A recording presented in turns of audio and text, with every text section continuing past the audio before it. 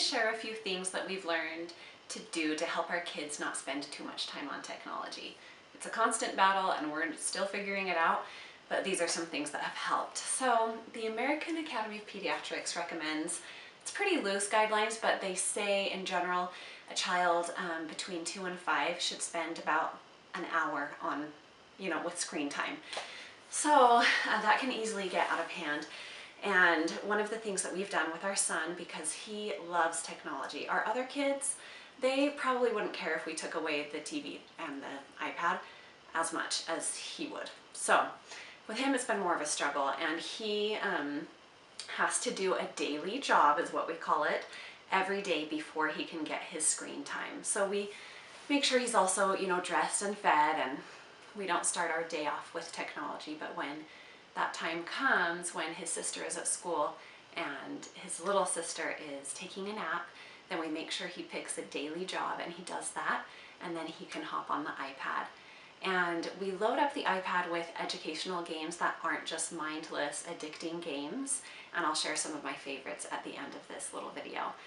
But we set a timer, which has been really helpful for him because he needs to know, that's the time allotted to him. We do about 20 minutes for him, so he has 20 minutes, and then when the timer goes off, it's done, and he's gotten used to that.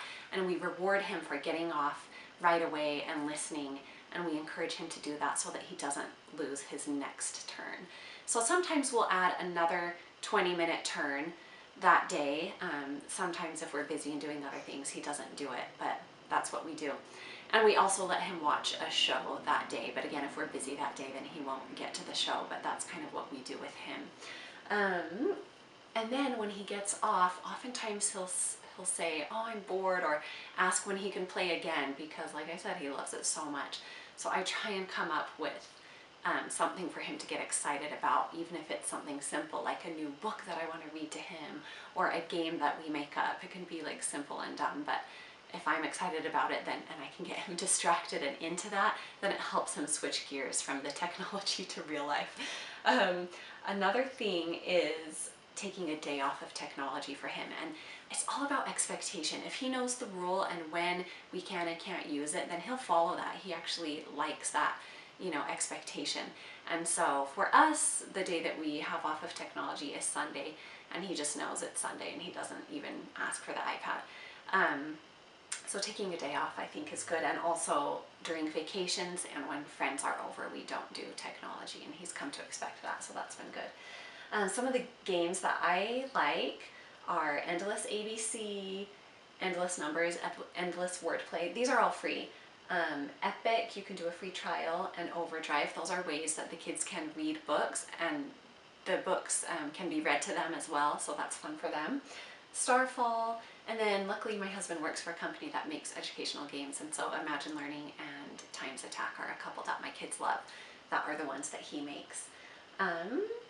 Yeah, the other thing is just to lead by example, and I've noticed that when I'm on my phone a lot, or my computer, which I have to be for work, sometimes it's not always work that I'm doing, but the more they see me on my phone and computer, the more that's what they want to do.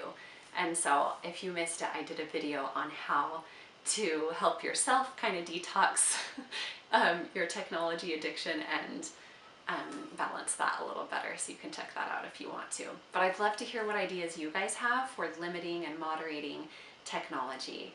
I feel strongly that it shouldn't be an all or nothing thing.